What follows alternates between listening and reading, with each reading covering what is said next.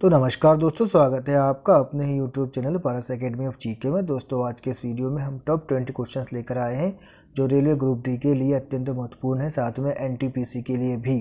तो वीडियो को अंत तक देखें। जिन लोगों ने मेरा चैनल अभी तक सब्सक्राइब नहीं किया है वह चैनल को सब्सक्राइब कर ले, बेल आइकन के बटन को प्रेस कर दे जिससे आपको जीके अपडेट्स मिलता रहे, और लाइक कमेंट शेयर करें जिससे दूसरों का भी जीके अपडेट्स होता रहे। तो शुरू करते हैं आज के पहले प्रश्न से।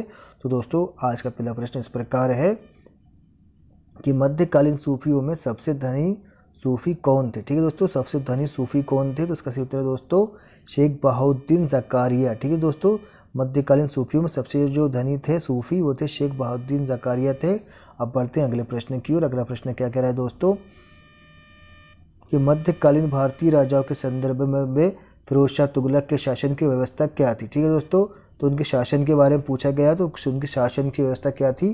तो इसका उत्तर दोस्तों गुलामों के लिए अलग विभाग, दीवान ए बंदगान। ठीक है दोस्तों, इन्होंने दासों के लिए एक अलग विभाग बनाया था जिसका नाम था दीवान ए बंदगान, जिसे गुलामों का विभाग कहा जाता था। ठीक है दोस्तों, और इसके बारे में हम और फैक्ट जानते हैं। दासों के लिए दीवान ए बंदगान नामक एक नए विभाग की स्थापना की थी, हमने अभी ये जाना है। दूसरा फैक्ट दोस्तों ये है कि जो फिरोज शाह इससे पहले शासक थे जिन्होंने 1376 में, ठीक है कब, 1376 में ब्राह्मणों पर जजिया कर लगाया था। क्या किया था? 1376 में ब्राह्मणों पर जजिया कर लगाया था। किसने?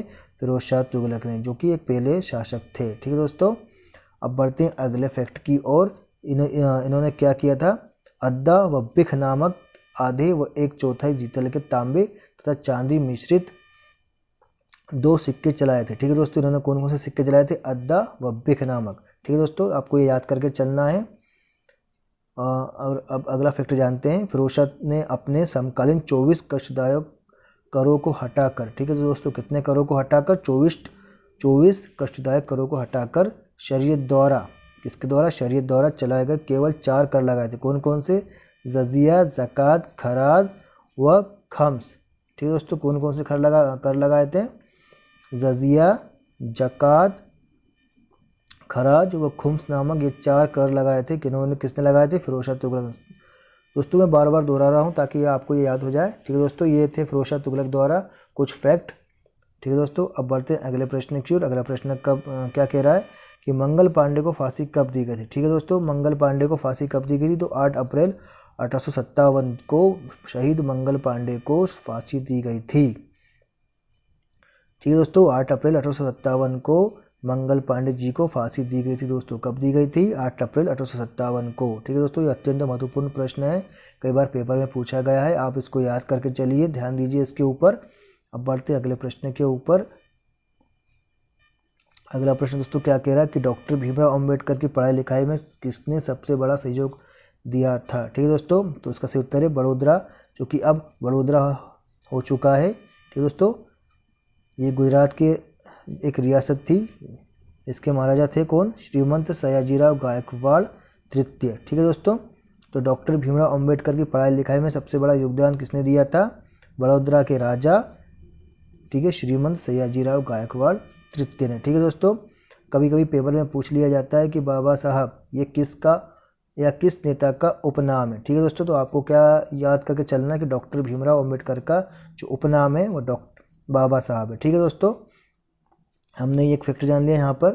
अब बढ़ते हैं अगले प्रश्न की ओर। अगला प्रश्न क्या है दोस्तों कि भीमबेटका कहाँ पर स्थित है। ठीक है दोस्तों, ये भीमबेटका जो है मध्य प्रदेश के रायसेन जिले के अब्दुल्लागंज में स्थित है। ठीक है दोस्तों, भीमबेटका। कभी कभी क्या होता है दोस्तों, विद्यार्थी ये सोच लेते हैं या समझ लेते हैं कि जो भीम है, बेटका है, ये महाभारत के पात्र पांडुपुत्र भीम के नाम पर है। ठीक है दोस्तों, तो ये इसका कोई भी इससे संबंध नहीं है, ये भीमबेटका अलग है। ठीक है दोस्तों, ये भीमबेटका अत्यंत प्राचीन अपने शैल चित्रों के लिए प्रसिद्ध है। ठीक है दोस्तों, अब बढ़ते हैं अगले प्रश्न की ओर। अगला प्रश्न क्या कह रहा है दोस्तों कि भारतीय सुधार समिति की स्थापना कब हुई थी। ठीक है दोस्तों, तो भारतीय सुधार समिति की स्थापना हुई थी 1887 में। ठीक है दोस्तों, कब हुई थी? 1887 में। किसके द्वारा? दादा भाई नौरोजी के द्वारा। दादा भाई नौरोजी ने क्या किया था?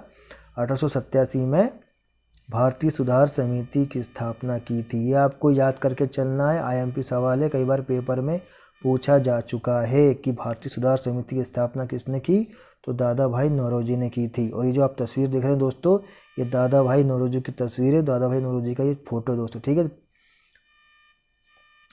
अब जानते हैं दादा भाई नौरोजी के बारे में कुछ फैक्ट, ठीक है दोस्तों। तो दादा भाई नौरोजी भारत के ग्रैंड ओल्ड मैन के तौर पर जाने जाते हैं, ठीक है दोस्तों। किस के तौर पर जाने जाते हैं, ग्रैंड ओल्ड मैन के तौर पर, मतलब कि भारत के वृद्ध वयोपुरुष, ठीक है दोस्तों।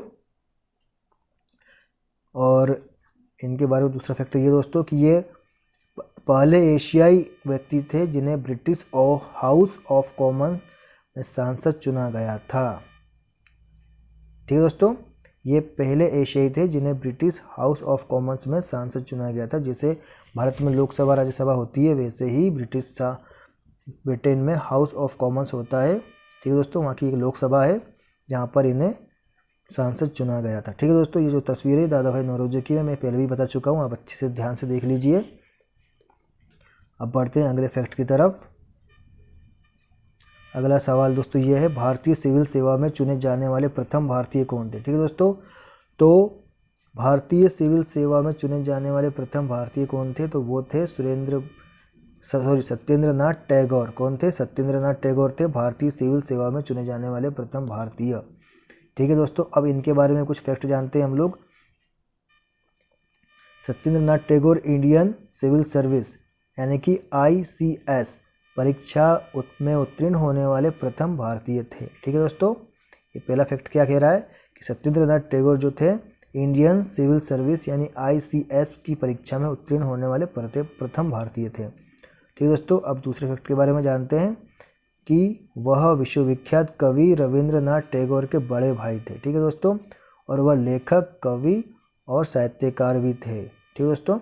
ये दो फैक्ट हमने जान लिए हैं सत्येंद्रनाथ टैगोर जी के बारे में, तो आप इसको याद करके चलिए, ठीक है। इस पर ध्यान दीजिए, पेपर में कई बार पूछा गया है। अब बढ़ते हैं अगले प्रश्न की ओर। अगला प्रश्न क्या कह रहा है दोस्तों कि भारतीय संघ के संस्थापक कौन थे, ठीक है दोस्तों। तो भारतीय संघ के संस्थापक थे सुरेंद्रनाथ बनर्जी। ये काफ़ी इंपॉर्टेंट सवाल है, कई बार पेपर में पूछा गया है कि भारतीय संघ के संस्थापक कौन थे, तो आपको याद करना है सुरेंद्रनाथ बनर्जी जो थे ये भारतीय संघ के संस्थापक थे। और ये जो आप तस्वीर देख रहे हैं, जो आप फोटो देख रहे हैं दोस्तों, ये सुरेंद्रनाथ बनर्जी की है, ठीक है दोस्तों। अब जानते हैं इनके बारे में कुछ फैक्ट।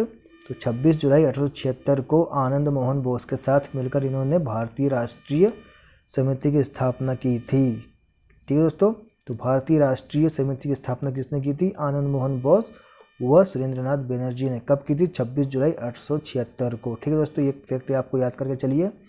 अब जानते हैं दूसरे फैक्ट के बारे में। उन्होंने साल 1879 में द बंगाली नामक समाचार पत्र भी आरंभ किया था, ठीक है दोस्तों। कौन सा समाचार पत्र आरंभ किया था, द बंगाली, 1879 में, ठीक है दोस्तों। आप याद करके चलिए, कई बार पेपर में पूछा जाता है कि द बंगाली समाचार पत्र किसने आरंभ किया था, तो आपको उत्तर देना है सुरेंद्रनाथ बनर्जी ने, ठीक है दोस्तों। अब अगले फैक्ट की तरफ बढ़ते हैं। अगला फैक्ट क्या कह रहा है, उन्होंने भारतीय राष्ट्रीय कांग्रेस के 1895 में पूना में हुए 11वें, ठीक है दोस्तों, और 1902 में हुए अहमदाबाद के 18वें अधिवेशन की अध्यक्षता की थी। इन्होंने 2 अधिवेशन की अध्यक्षता की थी, कौन कौन से, 1895 में पूना में हुए 11वें और अहमदाबाद जो कि 1902 में हुआ था 18वें, ठीक है दोस्तों। ये 2 फैक्ट आप याद करके चलिए, अत्यंत महत्वपूर्ण है। अब बढ़ते हैं अगले प्रश्न की ओर। अगला प्रश्न क्या कह रहा है दोस्तों, भारतीय विश्वविद्यालय अधिनियम कब व किसके काल में पारित हुआ था, ठीक है दोस्तों। तो इसका सही उत्तर दोस्तों 1904 ईस्वी में वायसराय लॉर्ड कर्जन के द्वारा, ठीक है दोस्तों।